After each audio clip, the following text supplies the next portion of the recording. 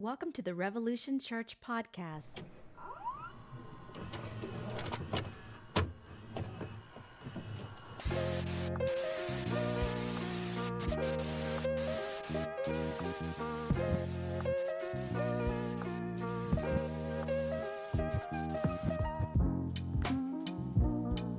Well, we'll edit that part out. Using my stuff. I got a lot of headroom here. Yeah. Oh, Pete Rollins, director. I'd like to thank my crew, my assistant, Peter Rollins. He wants his art to be shown off. Yeah, that's nice stuff. Rising. Can we send people to his website? Does he have a website, your buddy? That's John McCormick. He's on John McCormick? He's on the Insta. You want some John McCormick art? You want people to think you're a serial killer? My whole apartment looks like a serial killer apartment. Hey everybody, you can join me in 30 minutes for Culture and Concepts. I'll be doing a discussion downstairs. I'll be talking all about the hysteric and the analyst. Oh, that's nice. So, Will that be available later? can I send up the Zoom link? Can I just I'll put the Zoom link in the comments section? Well. Look at this. Look, this guy. He's just got since he comes here for a few days, and all there is dozens of Diet Cokes everywhere. Yeah. Well, at least I don't drink the blood of the innocent, Pete. Yeah. Are you They like to greet our neighbors. We greet our neighbors, so people always talk to each other. It's very nice. Oh, that's nice. That number will jump up to 300 in a few minutes. Yeah, we know there's some mistake there. It just says 21. Yeah. Maybe it's. Yeah, this is the early crowd. Is there a problem with Facebook? Maybe you should contact Facebook about that. So people mustn't be able to log on. Yeah. It's the. You just lost two. Thanks a lot. Well, there's Pete Rollins. I'm here in Los Angeles, California, for a special treat for you guys. Yeah. We like to see me tour around the country, different backgrounds. So here we are in California. Oh, hello from Palm Springs. I love Palm Springs. Oh, it's funny. You went off the camera, the numbers jumped back up. Oh, probably going to jump back down again. Well, we I want to hang around now. found your grandpa's Enjoy sweater. this, yeah. Good old Irish sweater. So last week I wasn't here because You messed up. because Facebook is trying to Censor you. my words of truth. Shutting you down. I won't let the word be hidden under a bushel. So here I am in LA, hanging out with Pete this week. Kids are with their mom, obviously. And we're having a good time. Pete did an event, a live event last night for the fundamentalists. No, the minimalists. First time I'd done a live event for ages because of COVID. So that was pretty cool. You know, Yeah. 20 people there. That was cool. Yeah. All right. Well, good luck, All right, Mr. Rollins, with your Never event. tell them by week. Oh yeah, Wake and Bake. I am going to be speaking at Wake this year in Northern Ireland, and Pete is putting together a really cool program for Wake this year. It hasn't happened for 2 years because of COVID, obviously, but I'll be there. Barry Taylor will be there. Pete will be there, and they have a bunch of special guests that I'm not allowed to announce yet. But go check out Peter Rollins' stuff and check out Wake. You know, you might want to just say, hey, it's been a long time. Maybe I need to go to Belfast. And I'll tell you, it's worth it. You know, some of you who work at churches, if you guys have like a budget to go do events, just waste it all on this one because it's really good. How many retreats do you get to go to where there's a pub crawl at the end and like a Moulin Rouge styles events? But it's really great. So it's a fantastic thing.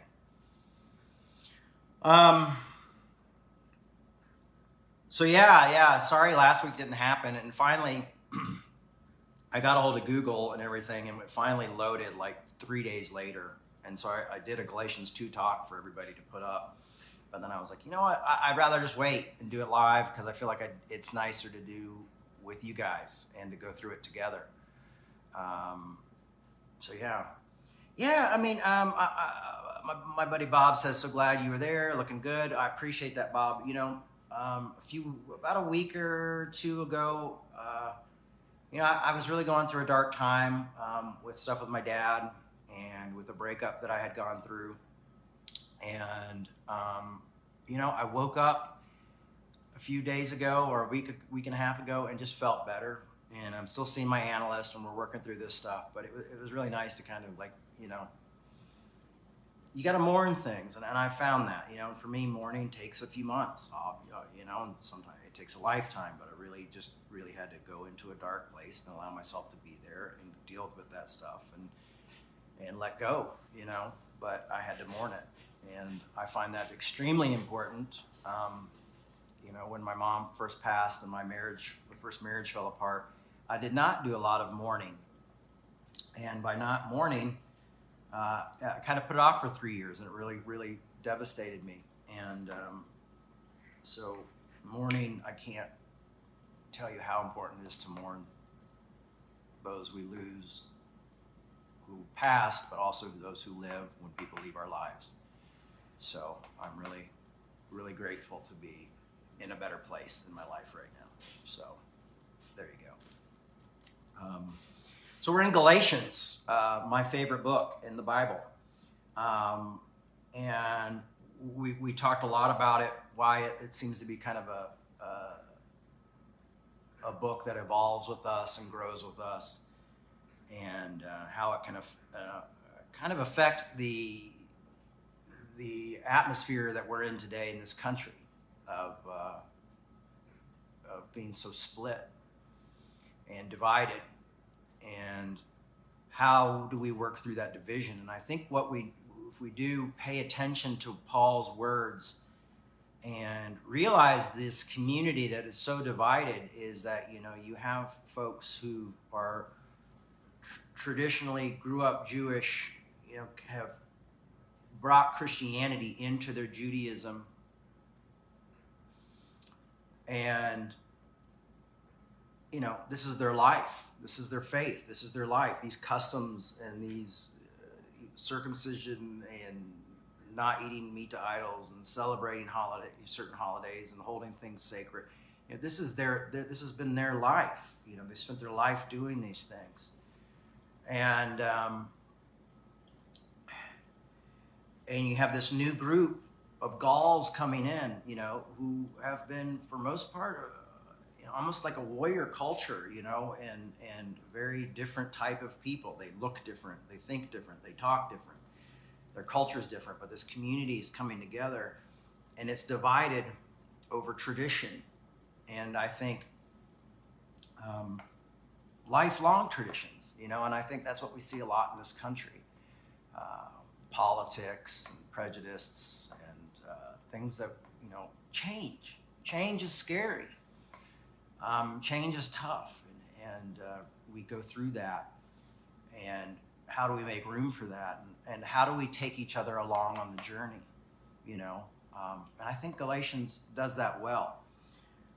Someone said, when we talked a couple weeks ago, you know, was saying, like, you know, Galatians seems a bit harsh to be a letter, you know, and someone else was saying this about that they were in seminary, and that the seminary was teaching, one of the professors was teaching how it was such a harsh letter. And so people go like, well, how is this harsh letter really about grace? And I think we often mistakenly want to just assign grace to love and be like, oh, well, it's just, grace is just, you know, but to really practice grace, we have to be willing to have hard conversations. Grace is not a lack of truth, but truth is cruelty without lack of grace. Truth becomes cruelty if it lacks grace. So what we're trying to say here is that in our truths, in our understandings, in our conflicts, it's great to have grace there. And what you're going to see with what we see with the Galatians, what we see with this community, is that you have two groups with truths. And these truths come together and seem like contradictions. But both of these groups hold these truths dearly to them. You understand? And so, you go, well, one's got to be right and one's got to be wrong. And I've talked about this last week or a couple weeks ago, as I said, we've got to stop thinking of the words like contradiction is a bad word. Because if you study Hegel does not allow contradiction to be, or dialectics to be something negative. It's actually something very positive and something that helps us grow into our humanity.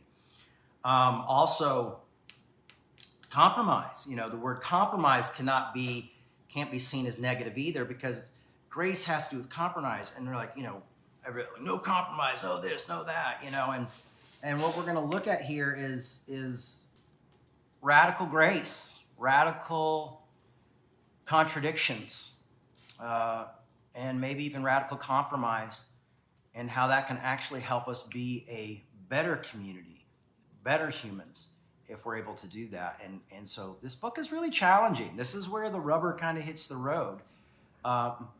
And this is where grace becomes something that's truly beautiful. It's anyway, let's get into it. Let's go ahead and get into it. We're here 14 minutes into it already, so let's go. We're here in Galatians 2. So Galatians 2, part 2. Paul has obviously been defending himself to this community, because part of the community is saying that Paul is not a real apostle and that maybe they shouldn't listen to him in order to force others to be like them, in order to get others to be circumcised. And Paul had just said that, he was talking about how people have been, thanking God for his conversion, because how he violently persecuted Christians before and how he was converted. But what's great about this is he's really trying to ask the group of Judaizers, as they were called at this time, Jewish Christians, to show more grace and to be more open. And he's not coming from a strange place, because he's saying, my whole life have followed these traditions and held them very sacred. And matter of fact, I came after Jewish Christians and persecuted them because I didn't think they were holding it up high enough. So, he's trying to say, like, I know where you're coming from and I understand. So in some way, his defense of himself is also him saying, I can empathize where you're at because I was there and now I'm moving somewhere else. And this is tough for a lot of us, because we have our sacred cows and we like to other people, because when we other people, it helps us feel better about ourselves. But often when we're othering them, we're projecting things on our own selves and we think they look strange. But only by sitting down and having tough conversations can we understand why maybe we seem strange to them as well. And that's where empathy and understanding come in. And so as I was saying before, a harsh letter. But, you've also got to, that Paul is laying down the groundwork, not just for a movement or for a revolution, if you will, but he is really, he's seeing a faith transition. He's seeing a faith evolve. It's a moment of great change, Here we go, Galatians 2. Then after 14 years, I went up again back to Jerusalem with Barnabas, taking Tyrus along with me. I went up there in response to a revelation then I laid before them, though only a private meeting with the acknowledged leaders, the gospel that I proclaim amongst the Gentiles. So the gospel that I proclaim amongst the others. In order to make sure I was not running or had not run in vain. And when Paul talks about running or running a race, he's literally talking about our life, like from the beginning to the end. And he's saying, this is part of my life, this is my story, and that my story hasn't been in vain. But even Titus, who was with me, was not compelled to be circumcised, though he was Greek. But because of false believers, secretly brought in, who slipped in to spy on our freedom we have in Christ Jesus, so they might enslave us. We did not submit to them even for a moment, so that the truth of the gospel might always remain with you. And from those who were supposed to be acknowledged leaders, what they actually were makes no difference to me. God shows no favorites.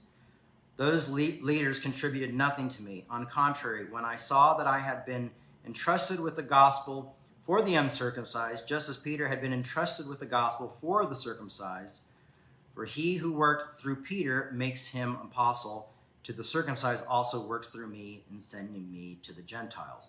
So Paul is saying, this is God. This is the movement. This is what's happening. Peter, the same God that works through Peter is the same God that works through me. These aren't different gods. These aren't different gospels. This is the same message here. What's interestingly enough is he's showing this story because he's saying, I spoke to them, but here's a community now where you have both of them together. So it's not just we're going to be separate communities, separate but equal, right? What was the Animal Farm? But he's saying, this is a separate community, but coming together. So now we have to deal with this. What happens when we become community, when we become human friends and family? But what's interesting here is he goes, but they brought in false believers, secretly brought in those who slipped in to spy on our freedom. And so you see here is that this is something we often see I saw growing up with evangelicals. To the point where, my parents were so big in the Christian world that I remember when it was when Jimmy Swaggart had his fall, the guy who orchestrated that had actually hired a private detective to follow Jimmy Swaggart around to find out what he was doing. And he was angry because Jimmy Swaggart had hurt a lot of people. But he hired a private detective. And he actually called my dad the day before he released the photos, telling my dad what to do. And I remember being on the floor in Palm Springs, California. And I remember my dad saying, there's got to be another way. Maybe you should just go straight to him. The church has suffered so much with everything, with our scandal and everything that it's been going through. Maybe you need to just, reach out to Jimmy Swaggart personally and try to help him. That did not happen. But my point here is that, we've always seen if we expose someone for what they really are, which is often human or different than us, we do things like we have cancel culture now and things like that. Well, you don't think like me. You don't, and we don't have a lot of nuance. We don't make room for nuances in people's lives. We think, well, if you're not vaccinated, you must be an anti-vaxxer. If you're vaccinated, you must be all, we just throw everybody into this one thing and assume, and then we just go straight to war or we go straight to separating one another. And if there's anything that I've learned from the Gospels and from Galatians, but also the Gospels as well, is that we are never called to separate ourselves from each other. Jesus shows, you can't expect certain people to change because you're always going to be living amongst them. You're always going to be in community with people who are different than us. I know when I was a kid growing up and I went to a Baptist church for a while, they're always saying, don't hang out with certain groups of people, from the youth group, you don't want to hang out with the bad kids. You don't want to do this, and then when I started reading the Bible for myself, I'm going but that's exactly who Jesus hung out with, were those who were the outcasts and those who were different. And so there was always this idea of being separate, and what Paul's trying to do is bring a community together. One of the other things I think that's really beautiful about this is when he's saying what those leaders were makes no difference to me. He judges them harshly, and then he goes, but actually who they were with it doesn't make any difference to me. And I'm thinking these are big guys. I'm thinking James is maybe one of these guys. Because James's crew seems to cause a lot of trouble in this. We'll get a little further, you'll see even some more. And maybe not James directly, but maybe some of James's disciples. But what I love here is where Paul says what actually were makes no difference to me because God shows no partiality. Growing up, I remember being around all these pastors and preachers, and And people are like, oh, you've got to respect the man of God. You know, you've got to elevate the man of God. And so we put these men and these human beings or the woman of God, you know, because in Assemblies of God, you could be women preachers, which I think is awesome and good. But, you know, up here on this pedestal, and then you like hold them in a, you know, so of course, when you find out they're human beings, you're devastated because you've put them up here because they're not down here with us. And what Paul's saying is like, it doesn't matter if someone is a prophet or a preacher or a teacher. They're no different than you. God has no favorites. And so when we think we're going at war with people on God's behalf, or we're tearing others down on God's behalf, you know, and that you're on God's side, God doesn't prefer you over them. And that's what makes grace really great, is that you are accepted, that grace moves outside of any theology, philosophy, political party, sexuality, race. You know, grace just moves through it all. And I'm grateful for that. I'm grateful for people like Dr. King who saw that and realized that his enemies were not the enemy, but they were actually victims and victims of misinformation. And I feel like that's kind of what Paul's trying to do, is say, I'm not saying that you have to change your traditions. I understand they're sacred. But what I'm saying is there's no reason to push those traditions onto them, because it's not going to add to their lives or take anything away from their lives. And if you practice these things, as long as you remember that that's not what brings you grace, it's not going to add or take anything away from your life either. You know?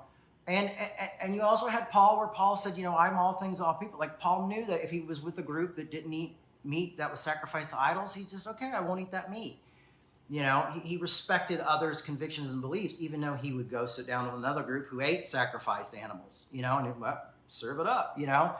It was one of these things where he respected diversity of thoughts and even diversities of convictions, as long as those convictions weren't being forced on others to make them think that that somehow made them accepted. You know, this is really good stuff, because this is really what Paul's saying here. This is what the Bible's saying here.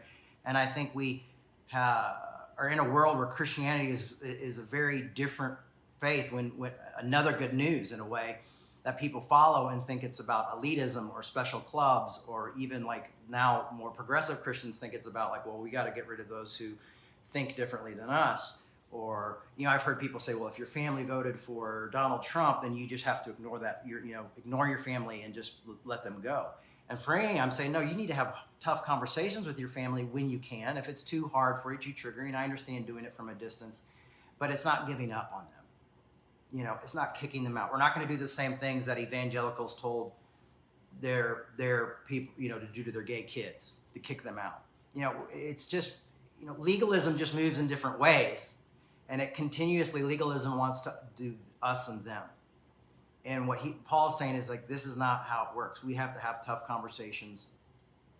We're going to have to say some things that seem harsh and are going to be very hard for people to understand. But at the same time, you know, this is how we build community. And, you know, talking to Pete even about, you know, Pete was talking yesterday when he was talking to the minimalists. They asked him about the troubles and the division in Northern Ireland. And, you know, it's like, and these were both Christian, you know, one was, you know, Catholic and one was Protestant.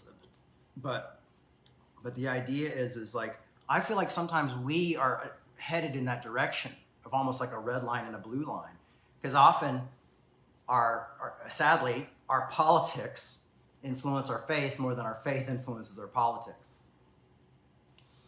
And sometimes and I look at this blue and the red, and I think, you know, when I look at my politicians in this country, I go, there's not much of a difference. They all have like 5 or 6 things that, you know, I know are important to people, but a lot of it's still driven by finances and money and being dominant and war and things like that. And I don't think those are things that should be necessarily driving our faith. I think we should be looking at a faith of going like, how does this include the other? How does this cause me to love others well? How does this allow me to have tough conversations? And in a social media world, we seem to avoid tough conversations because it's not in a snippet, or it's not in this type of thing, or we just fight. And as Dr. King said, love is the only force capable of changing an enemy into a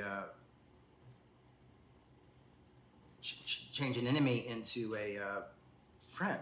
I see that, and I love Thomas is here because I'm going to let him do a little bit more just interaction with you guys, but I'm going to see this because I agree with everything Jay says. Just wonder how a relationship across these boundaries can be meaningful if, oh gosh, come back. If, and it won't let me go on more. Oh yeah, if only one side is willing to take on the perspective of grace. I love that, but that you have to look at, like, that was what Dr. King's work was so often. When I look at Dr. King, I like to look at people other than just Bible characters. How is it meaningful to those who don't want to change? One of the things that the relationships I think that Dr. King made with those people who did not recognize his humanity, did not respect him as an equal, did not expect him as a person, he still showed them love, grace, and respected them as humans and equal, is that it exposed the humanity of Dr. King and it exposed their humanity. And so even when our humanity gets exposed, even through disagreements, at least that moves us in a little bit of a different level. One of the other great things is that there were television news cameras around showing people getting beaten for no reason, showing this humanity, showing that these are people. And so often when we have these really tough relationships that people don't respond to, there's still an understanding of humanity. There's still I feel like it's a mountain and you got a little chisel and there's still a rock comes down. And sometimes it may be invested in the future. But what I think about what Paul says about love in Corinthians 13, he says, love never gives up, never loses faith. And it says it endures through every circumstance. So for us to love the other, there has to be a type of endurance for us to endure through it. And I've seen change happen. Some of you here are people I've seen change happen in your lives with each other in this community. So the idea is there are some people that I can't talk with and we can't have conversations, but we had the conversations. And what I have to hope is that those moments worked, and I love when Jesus is doing the Beatitudes and Jesus says, love your enemies, be kind to those. And then he says, pray for those who persecute you. And I think it's interesting if you think about praying for those who persecute you, because it might be saying something like, maybe you don't need to go up and be beaten down and killed, but at least hold them in your prayers, at least hold them in your thoughts. Learn how to love them at least from a distance. And me and Zoe have often talked about how do we love others from a distance. Like my father right now, he's not, we haven't spoken in over a year, Am I hurt? Yes. Do I wish we would talk and could work this out? Yes. Am I trying to figure out ways to do that? Yes. Do I not love him? Do I hate him? No, I don't hate him. I still love him. But that's the situation I find myself in. And I think, thinking like Brian McLaren had a book, The Story We Find Ourselves In, I think was the subtitle of one of the New Kind of Christian books. And I think that's what we have to do is not maybe ask a blanket, well, what do we do if we don't do this? It's what do we do when we find ourselves in that story? Because so many people are different. So many different life situations that we enter into. And so what is the moment call for? That's my 2 cents. I'll continue on and read a little bit more. Let me see if I forgot any of like I said before with this, people trying to expose the uncircumcised, that type of thing. Like I said, we've got to make sure that this isn't sometimes this is the playbook for some types of more conservative Christianity, or sometimes definitely for social media and the media, and to expose others without giving them the chance, without going to them, without having a tough conversation. And what I think Galatians calls us to do is to go have these tough conversations. And I don't have all the answers. That's why I love what you guys are talking about down in the notes is because you guys might be able to come up with better answers for these than me. This is just stuff I've just worked through and thought about and read about and study about. And when James and Cephas and John were acknowledged pillars, recognized me. See, now he says James recognized him. The grace that had been given to me, they gave to me and Barnabas the right hand of fellowship, agreeing that we should go to the Gentiles and to the circumcised. And we go to the Gentiles and they go to the circumcised. They asked only one thing, and that we remember the poor, which was actually what I was eager to do. And I love that line is because often I feel like in this country we get the poor and we put the poor against each other. And we don't realize that people who are poor are a community, are a group of people.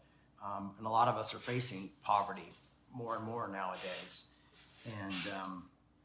And that we remember that I think capitalistic ideas come in and try to punish the poor as, oh, they're not working hard enough, when some of those people are working more hours than any of us, but they still can't afford rent. They still can't afford health insurance. They still can't afford, I understand that.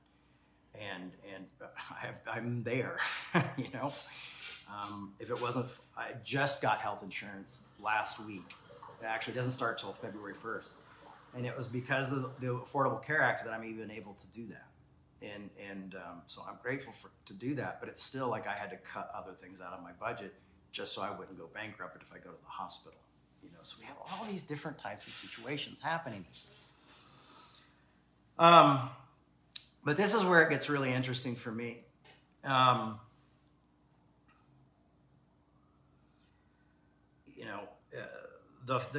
This clubhouse of factions is that we're about to see. He goes, but with Cephas, also Peter, came to Antioch, and I had to oppose him to his face, because he stood self-condemned. For until certain people came from James, he used to eat with the Gentiles. But after they came, he drew back and kept himself separate for fear of the circumcision faction.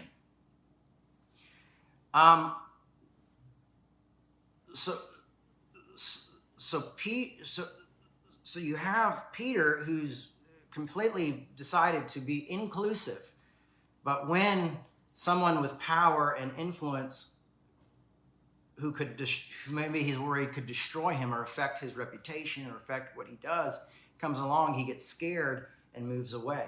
I'll be honest with you, there are sometimes, now that I have children, there are sometimes that there are topics that I get nervous to talk about at Revolution. It was a lot easier when I was just, didn't have kids to take care of and feed and clothe and to fight fights, but you get kind of nervous because I'm afraid, what will the circumcision faction think? What will this group think?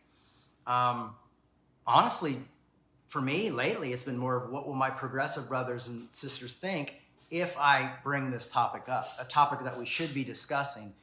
But, and there's been times where I've been warned, in my DMs, and some of you may be those people who've warned me that if you keep going this way, or if you talk about this, because that person's canceled, we're cutting them out, and I have to go, well, that's not really what I'm called to do. I'm called to, bring people together, not bring people apart. But they're like, we'll cancel you. You'll have nothing left, and that's scary. So what I'm trying to say is I can empathize with Peter being afraid when James comes into the group, but also you have to look at, you're looking at a type of religious elitism. You're looking at a type of almost racism that's happening here, that Peter is being influenced because he's afraid. But Paul still has to have the tough conversation with Peter. He still has to confront him and deal with it. So that's when I say, grace isn't always an easy. Sometimes grace requires us to confront something when we see a lack of it. Now, he doesn't say that Peter is no longer respected. He's actually just shown he respected Peter's word almost more than any of the any of the disciples, or any of the people who walked with Jesus, like Peter seems to be his guy. So he's not saying Peter's over and now I am Peter, let's replace Peter. No, but he's saying Peter made a mistake. Peter did something that was going to hurt the community, and I had to confront him on that. So I'm not saying we don't confront each other. I'm not saying we just accept injustice, but how do we deal with injustice in a restorative way? That's very important to me. Often I have people say to me, well, Jay, I'm fine about grace and things like that, but if someone does not recognize my humanity or my equality, with them, and my ability to have the same rights as you, then I will not talk to them, and I not speak to them. And I do understand that. But I also understand that we have people like Dr. King and people like Gandhi that had they not done that, the world would be a worse place off, because they weren't willing to talk to people who did not respect them as humans, did not respect their humanity, did not respect their race. So we have to be, and that's also why we have statues of Dr. King, and why Gandhi's, someone you see and celebrate, is because they did something that was radically different. They said, I'm going to love my enemies. I'm going to show my enemies that, if they're going to beat us for doing nothing, I'm going to let them see their true nature. And nothing changed overnight. That's the problem, is I think we just want to see change, like just repentance right away. We want to see people just change their minds right away. And sometimes we don't realize that people have to go through a process because they've spent their whole lives learning misinformation to think that some group's wrong and that they're right, and they've been told their whole life, and it's impounded into their brain to the point, even when they become accepting, like Peter did, people come back and trigger those old thoughts, and then all of a sudden Peter gets afraid again. So what do we do with Peter? Do we cancel Peter for being an elitist and not being inclusive? Or do we go to Peter, say, what are you doing? This has got to change, and have the tough conversation, and hopefully that leads to repentance, that leads to a change that we can see. You see? It's never giving up. This is following Christianity. Whether you believe in Jesus or not, and you accept Jesus as your Savior or whatever, you're a confessional Christian, or you're an atheist Christian, or you're just interested in that Christianity has some good ideas, this is the concept of following Christ and following Christianity. This isn't Jay's idea, but I also find that this stuff is backed up by lots of philosophers, lots of great theologians. One of the reasons why Hegel really became to think that Christianity was kind of a special faith in his mind. Before, he had thought that it was just like any other faith, but he kind of felt that there was something unique there because of the concept of grace, because of the radical love that Christianity has in it. And I will say, in some ways, it's easier for me to say these things, and in some ways, it's not. So when people from James came, he used to eat with the Gentiles. But after that, he came and he drew back and kept himself separate, a fear of the circumcision faction. Who do you fear? You've heard the quotes before, like, whoever you fear controls you. And that's obviously happening here. And the other Jews joined him in this hypocrisy, so that even Barnabas, who's traveling with Paul, who's on the same page with Paul, they're talking for days and days as they travel to places, even Barnabas went and led astray by their hypocrisy. But when I saw that they were not acting consistently with the truth of the gospel, and that's one of the things I'm trying to do, is I'm going to say, like, guys, the reason we don't call ourselves a church right now is because I don't feel like the church is acting consistently with the gospel. I don't think it's acting consistently with grace. I don't think it's acting consistently with love right now.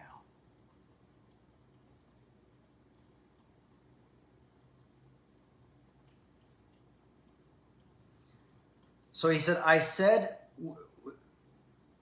to Cephas before them all, if you, and so he's not just saying this to Cephas when he says this before them all to this community. He's saying it to all of them to hear what he's saying to Cephas. He wants Barnabas to hear this. He wants James's disciples and crew to hear this. He wants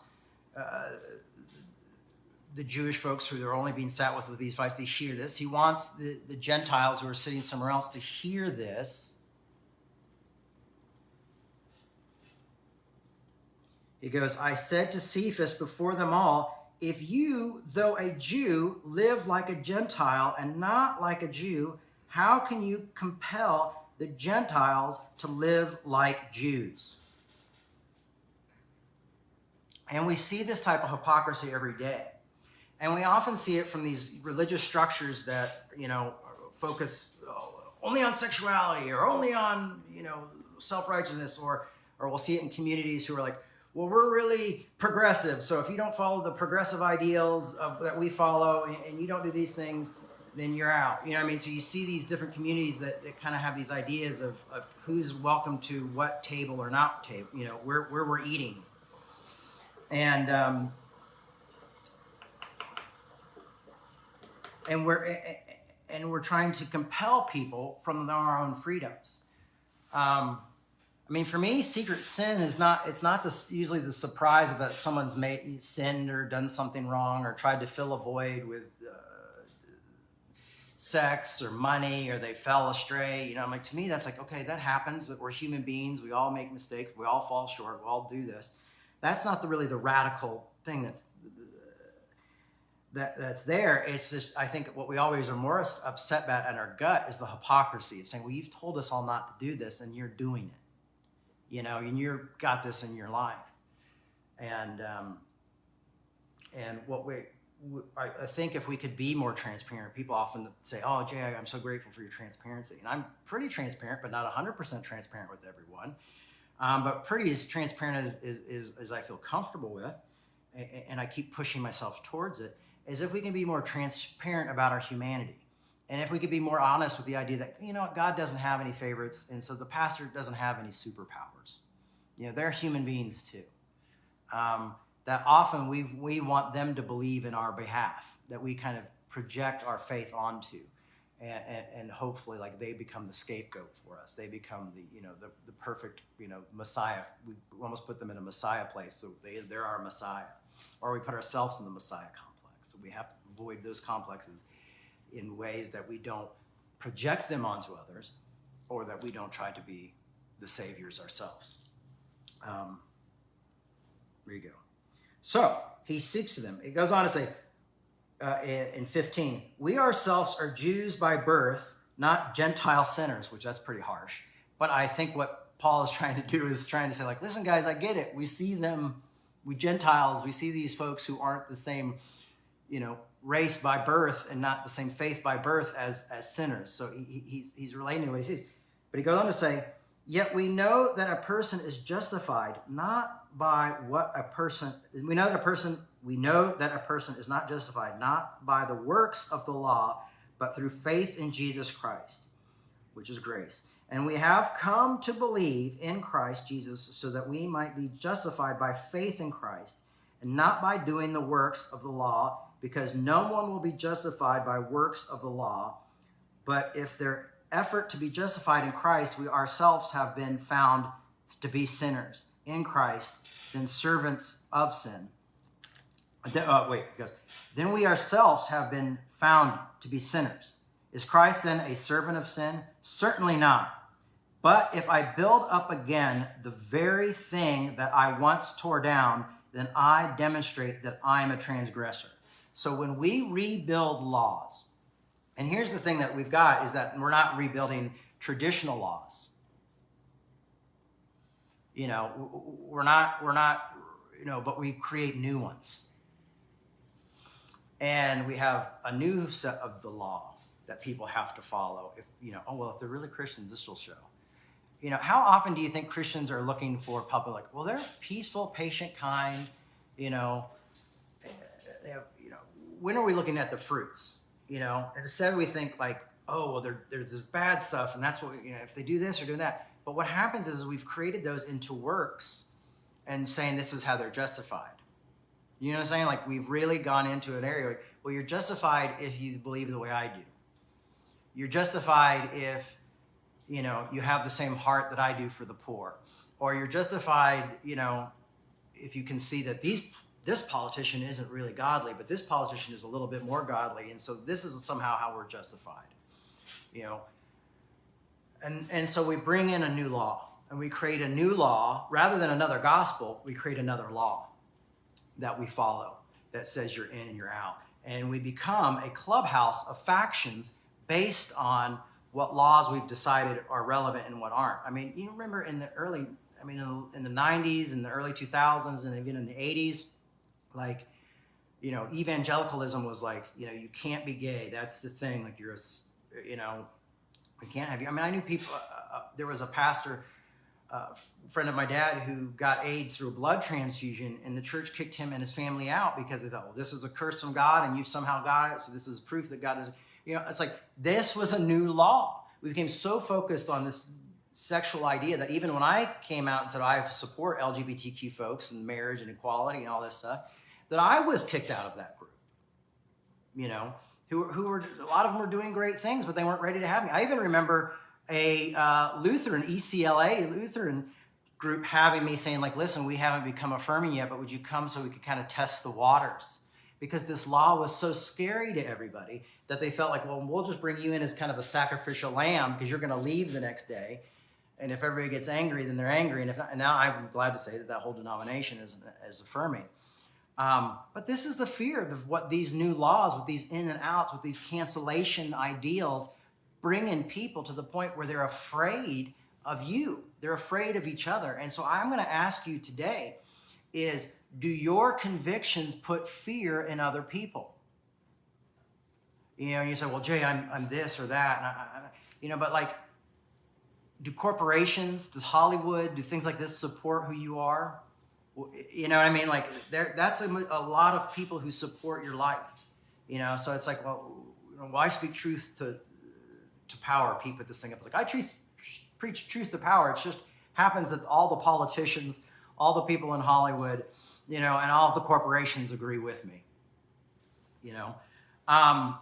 So it becomes a kind of a convenient thing to speak truth. And now you're only speaking truth to these, radical conservative Christians.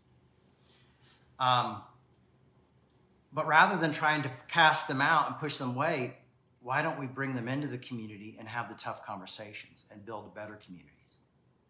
And I know this might not be for everybody.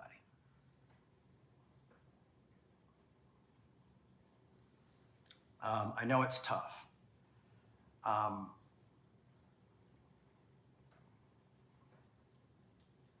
And I spent most of my life fearing conservative Christians to the point where they'd cut me loose. And when they cut me loose, revolution never came back to where it was. We never became that ministry we were in the early 2000s. We had a budget. I had a staff of 6. We had health insurance. I mean, we were really like, oh, we're going somewhere. And I made that decision, and with weeks, I let the whole staff go, let everybody go. And I was fearful of those folks. And now I'm holding on by a string doing this ministry, doing this community. And now I've realized I have to fear the people that I ran to for safety the first time, as I have to fear them, because if I don't say the right things, or I encourage them to love their enemies, or encourage them to, like, hey, we need to love certain celebrities that may have said things, or certain comedians that may have said things, and have hard conversations about these things, they go, nope, you're out. So there are some of you whose convictions are so great, but your conviction is not to restore. Your conviction is to destroy someone who does not think like you, and that's just legalism.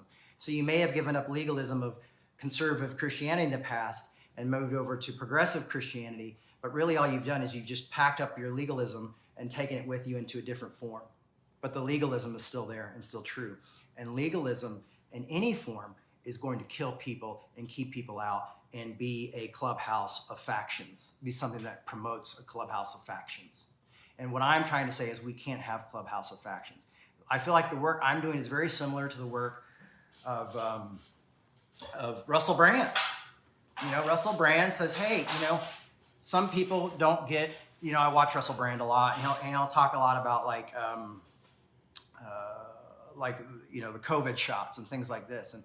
And he'll say, like, okay, well, this is what we often think about, but let's look at some of the reasons why people don't get these shots. And he goes through, and what he's trying to do is humanize the other. I've been boosted and shot and all that stuff, but what he's trying to say is like, let's listen, let's humanize the other, because we are a community of people. If we let social media, which is the powerful elite, wealthy, or people like Amazon or people like the government, continue to separate us, they can control us.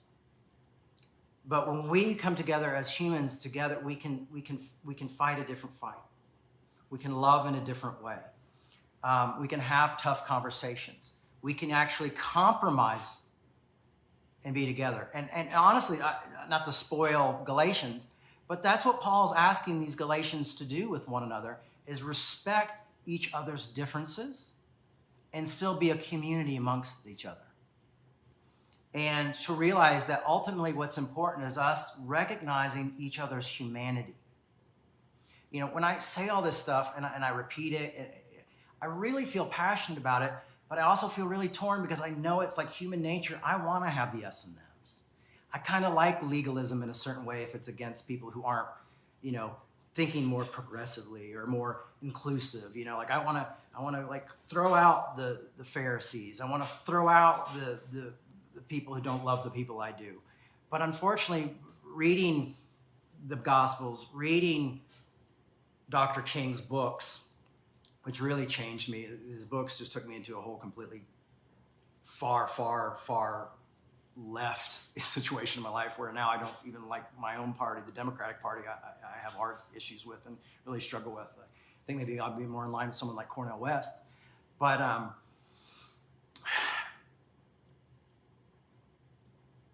don't let yourself be manipulated by society or peer pressure. It's like we're back in high school. We have all this peer pressure. And that's what you saw Peter going through with only sitting with the Jewish community, is that he was under this great amount of peer pressure that he was afraid could cost him dearly. And it's tough for me. Like how many people I met when I became affirming were coming up to me saying, I want to be affirming, but I'm just afraid that I'll lose everything. I remember one person that, who's since passed, who a lot of people just put on a pedestal hugely and think is the greatest thing since sliced bread. And they were a wonderful human being. I love them very much and I miss them. But coming to me going like, I really want to come to this point of being affirming, but I have a new book coming out and I'm afraid it's going to affect my book sales, And then later down, I see this person excommunicate somebody because they had a scandal. And so for me, it's like I've seen this work on both sides in both ways of people being afraid and the fear causing them from taking a stand that they need to take to, or following their own convictions, or even loving someone who they know was wrongly convicted, but was so afraid of what the mobs would do, what the people would say, and how the people would feel about it, that they couldn't even follow the truth that they knew was truth. And I had tough conversations with this person and with some people about these different situations. And I love that, but if I build up again the very thing that I once tore down. And so that's what I'm asking, is like, are we building up the very thing that we tore down? Are we rebuilding the same legalistic structures that we left? Are we building the same exclusive clubhouses that we tried to get out before and we left before?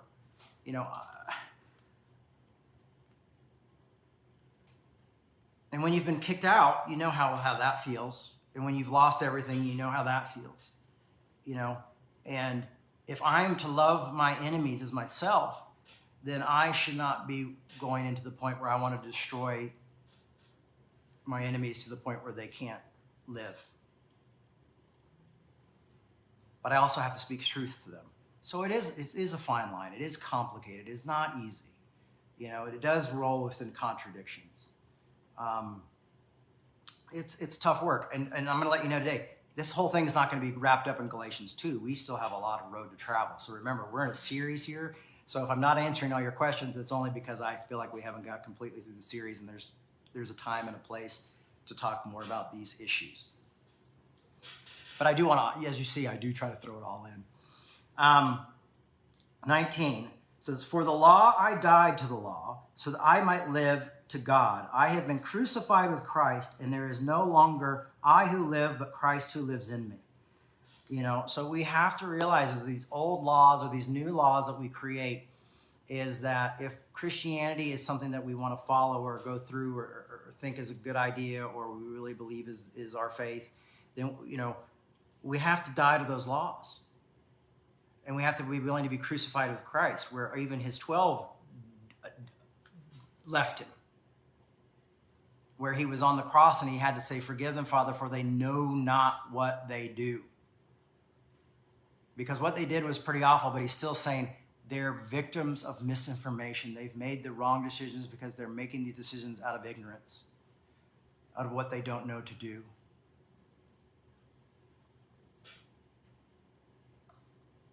So it goes, I now live my life in the flesh. I live faith in the Son of God. I do not nullify the grace of God.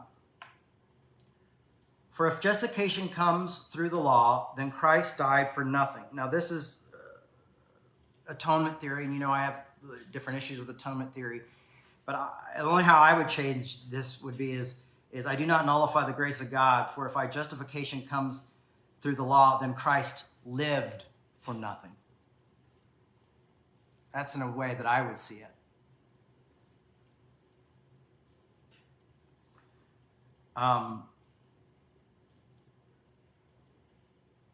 So when we try to get people to justify being accepted by grace, we nullify grace. When we have asterisk by grace that says if they don't recognize this or they don't see this or they don't believe that, then we've nullified grace. And we kind of nullify it in our own life because I guarantee you, if you're pushing other people with laws, legalism, and standards, you're doing it to yourself. And you're probably actually living in fear yourself and not fully accepting yourself as who you are. That you aren't perfect, that you've learned things that weren't great, and that you have coping mechanisms in your life that aren't fantastic, or that if you see certain people, you judge them in certain ways, you know, and inside you might not want to do it, but you're tortured by it. You know, it's like, but how do we deal with it? How do we unlearn what we've learned? How do we undo some of the brainwashing that we've been given, you know? And how do we accept grace in our own lives, you know? And when we're able to do that, I think we're able to kind of maybe accept grace in other people's lives. And what grace requires is nothing. And that's the beautiful thing about grace. But it seems like we're always unsure about grace and who gets it and who doesn't. You know, to the point where, you know, I was thinking about the guy who wrote I Kissed Dating Goodbye, and he came out and said, I denounced the book, I'm done, and I saw all these mostly progressives going like, it's too late, how dare you? You know, I'm super left. I'm beyond that. Okay, guys? So I'm not gonna, you know, I'm so left that it's funny. I'm a super snowflake, okay? So don't try to throw me out of the club because I'm saying this stuff to you guys, or because I'm being too harsh. Why would I be so harsh on progressive brothers and sisters? Because it's a body that I've been such a big part of. There are people that I care about. There are people that I spend time with, the majority of people. Do I hang out with some conservatives? Yes. And some of those guys give me do conservatives come to this community? Of course they do, you know? But why am I so hard on, why are you so hard on me, Jay? Well, I'm hard on you because I really am concerned that you're creating a law in your life and that legalism is seeping in ways that you don't see, and I want to see you set free from that. You're still going to have contradictions in your life, but sometimes if you realize that contradictions allow us to go to a place that's not just truth and lie, sometimes two truths come together who contradict and something happens above that. It's like when Tillich says, the God above God. When the God that I understand dies, I meet the God above God. And that's where I feel God is it's the God above that. That's just, it is. I don't know what it is. I have a hard time. Is it the ground of being? Is it the vibes? Is it, no, but I know it is.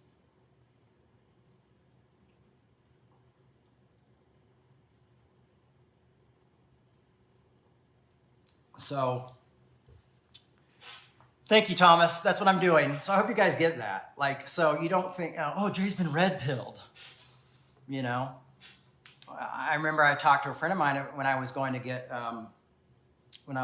my shot, my COVID shot. And I said, just as a punk rocker, it's like, it's hard for me to be like, well, I got to do what the government's telling me to do and what big pharmaceuticals that have probably killed a few of my friends want me to do. And I've also been addicted to had horrible withdrawals from big pharma medications and things like that. And I've seen my friends get onto drugs because they couldn't afford their medications and destroy their lives. So like, I was like, so do I really want to, trust big farm and trust the government, And I'm just asking this question because I thought that's what we did over here on the left wing, the left wing, I guess. If we were watching, I don't know how it's working when you guys see a screen. Sometimes it's backwards. I'll just say the left wing. And they go, have you been red-pilled, Jay? Have you been red-pilled? Have I been red-pilled? It's like, you can't ask questions. Don't ask. These aren't questions that are allowed to be asked, so we don't ask these questions. People always give me a hard time for loving John Lydon or Johnny Rotten from the Sex Pistols because he wore a support Trump shirt or something like that. And why do you like this guy? How do you agree with him? No, I don't agree with him on everything. But I also like the fact that he's willing to speak the truth even when people don't like what he says, and he doesn't give a damn if he's canceled or not, and I respect the hell out of that, and I want that. To me, that's punk rock. It's not speaking a truth that just offends, but it speaks in a truth that says, this is my truth, and this is what I'm putting out there. And you're welcome to speak your truth as well. Let's find this, and maybe we can find a compromise here, or maybe something even better, we can find a contradiction here. A contradiction in the Hegelian sense of the word contradiction. So that's my message today, folks, is that this isn't easy. But I'm going to say it one more time, is ask yourself, do my convictions, not even just religious convictions, but political convictions and how I treat others, do people fear that? Do people fear me? Because all I can say is that I know what the Bible says, is that God is love. And the Bible also says perfect love casts out all fear. Have you ever been in a relationship where you knew that, like, I've been in a romantic relationship where I felt so loved that I had no fear of this person. So when the breakup happened or the divorce happened, I was so shocked, and it rattled me so much, was because at one time, I'm not saying they didn't love me perfectly, but one time maybe they did love me perfectly, and it cast out all that fear that I was so comforted in that I was shocked when I got to this situation. And I would hope that that's more the way things go for us, is that people are more shocked when they see a little legalism in us, or because we are trying so hard to love one another that we are allowing people to fear us less. And what I would say is, I don't want to fear people, but maybe we should just respect them in the way of realizing that they are humans, and humans change, ideas change, desire changes and shifts, and to realize those things. But are our convictions casting out fear, or are our convictions creating fear in others? And do we want to do like Nelson Mandela in some ways, is where Nelson Mandela was imprisoned forever, and then when he came into power, and he could have imprisoned all the group that imprisoned him. He could have turned apartheid upside down and just reversed it. But instead, he handed out grace to people, for the most part. He handed out grace. And that's why we're talking about Nelson Mandela right now. It's not just because he went to the prison and became a president, but because of how he responded to his enemies. Because he knew that repeating the same thing was just going to continue a structure of just, recycling the same pain and hurt and war. And he said, no. Matter of fact, some of the folks on the presidential staff before are going to stay on my staff now. I want them here. That's grace. That's reconciliation. That's saying these folks are going to have to change. And they'll change when they're here and they're seeing. What's going to cause you to change more? That you get put in prison and then you go like, I knew I was right about them. Or when they say, no, I want to hire you and keep you here and be a part of this community. What? And then your mind starts asking questions, and then you start to think a lot. And then you start to obsessively think of like, why did they love me when I didn't love them?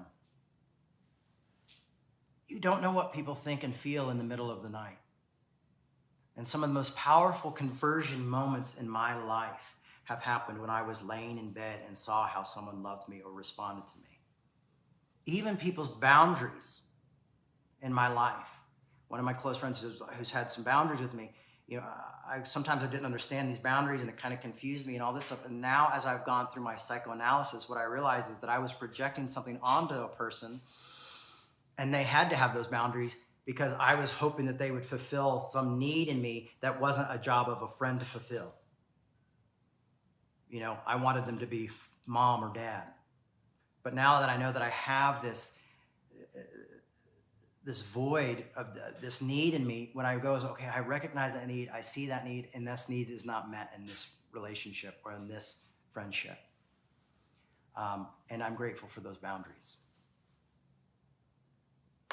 Love you guys. Listen, if you like what you're hearing and like what you're doing, I know times are tough, but we could use your support. And if you go to revolutionchurch.com, you can support us there. I just see Brother Steve, who hopefully I'll be hanging out with in the next couple days. Man, my relationship with Steve, I'm so grateful for that. But Steve pushes me to raise funds, and he's right. So we could use your support right now. Revolution, you know, it's how I'm able to do this.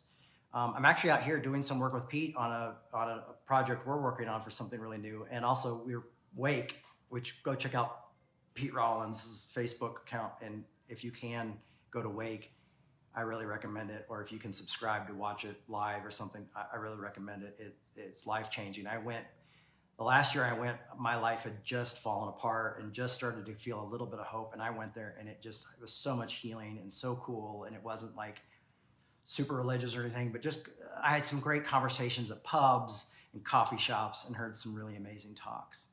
But yeah, if you guys can support Revolution, if you go to revolutionchurch.com, the first thing up there is donation because we realized people are having a hard time finding it. So I was just like, well, let's just put it on top. Be honest, we need your support. So if you can support us, we'll be grateful.